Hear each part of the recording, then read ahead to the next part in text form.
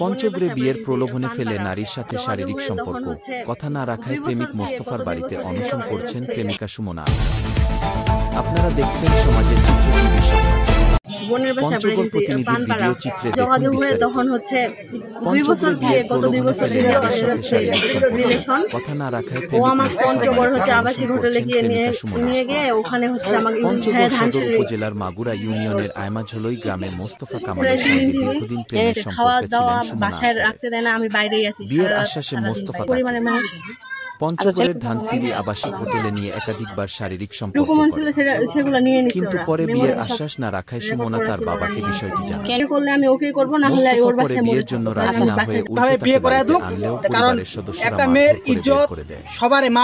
এরপর 4 দিন ধরে মোস্তফার বাড়ির সামনে অনশন করছেন সুমনা। তিনি জানান, বিয়ে না করলে আত্মহত্যা ছাড়া আমার উপায় নেই। এই ঘটনায় এলাকায় চাঞ্চল্যের সৃষ্টি হয়েছে। স্থানীয়রা প্রশাসনের হস্তক্ষেপ কামনা করেছে।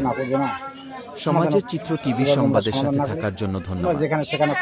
সবার আগে আপনার এলাকার সংবাদ পেতে আমাদের চ্যানেলটিকে সাবস্ক্রাইব, লাইক, ফলো দিয়ে সাথে থাকুন।